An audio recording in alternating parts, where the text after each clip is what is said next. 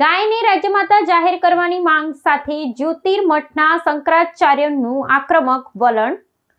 ગૌરક્ષા નહીં થાય તો મુખ્યમંત્રીને બિન હિન્દુ જાહેર કરવાની ચીમકી। ગૌવંશ સંરક્ષણ અને હિન્દુત્વના મુદ્દે જ્યોતિર્મઠના શંકરાચાર્ય સ્વામી અવિમુક્તેશ્વરાનંદ સરસ્વતીએ ઉત્તર પ્રદેશના મુખ્યમંત્રી યોગી આદિત્યનાથ સામે આક્રમક વલણ અપનાવતા એક મોટી જાહેરાત કરી છે।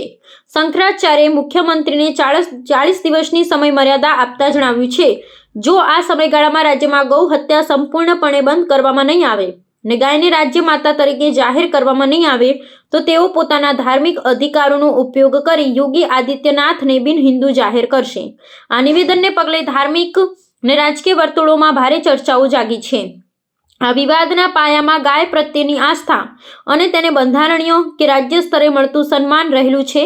શંકરાચાર્યના મતે હિન્દુત્વના નામે સત્તા પર આવેલા શાસકો જો ગૌ માતાની સુરક્ષા સુનિશ્ચિત ન કરી શકતા હોય તો તેઓ હિન્દુ ધર્મના રક્ષક ગણવાને પાત્ર નથી। તેમણે સ્પષ્ટ કર્યું હતું કે ગૌરક્ષા માત્ર ભાષણોનો વિષય નથી, પરંતુ તે શાસ્ત્રોક્ત મર્યાદા અને સનાતન ધર્મની શ્રદ્ધાનો પ્રશ્ન છે।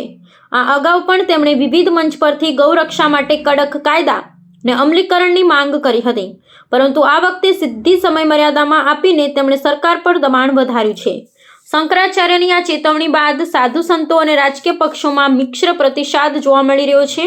કેટલાક ધાર્મિક સંગઠનો આ માંગણીને સમર્થન આપી રહ્યા છે, જ્યારે સત્તાધારી પક્ષના સમર્થકો આ નિવેદનને અતિશયોક્તિપૂર્ણ ગણાવી રહ્યા છે।